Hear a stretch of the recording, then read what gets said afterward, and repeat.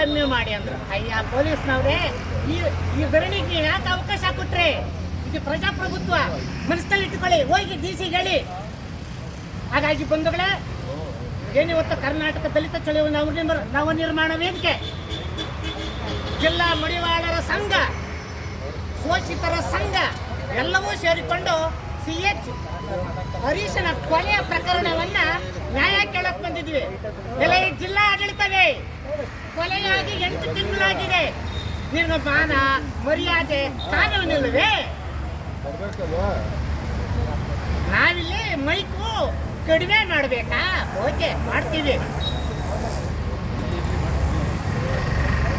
CH Harish ಕೊಲೆ ಆಗಿ 8 ತಿಂಗಳಾಗಿದೆ. ಯಾರವನನ್ನು ಕೊಲೆ ಮಾಡಿದ್ದು? ಎಲ್ಲ ಪೊಲೀಸ್ ಅಧಿಕಾರಿಗಳೇ, ಎಲ್ಲ ಜಿಲ್ಲಾಧಿಕಾರಿಗಳೇ. ಒಬ್ಬ ಹಿಂದುಳಿದ ವರ್ಗದ ಅಗಸ ಕಮ್ಯುನಿಟಿಯ ಒಬ್ಬ CH ಹರೀಶ ಕೊಲೆ ಆಗಿದ್ದಾನೆ.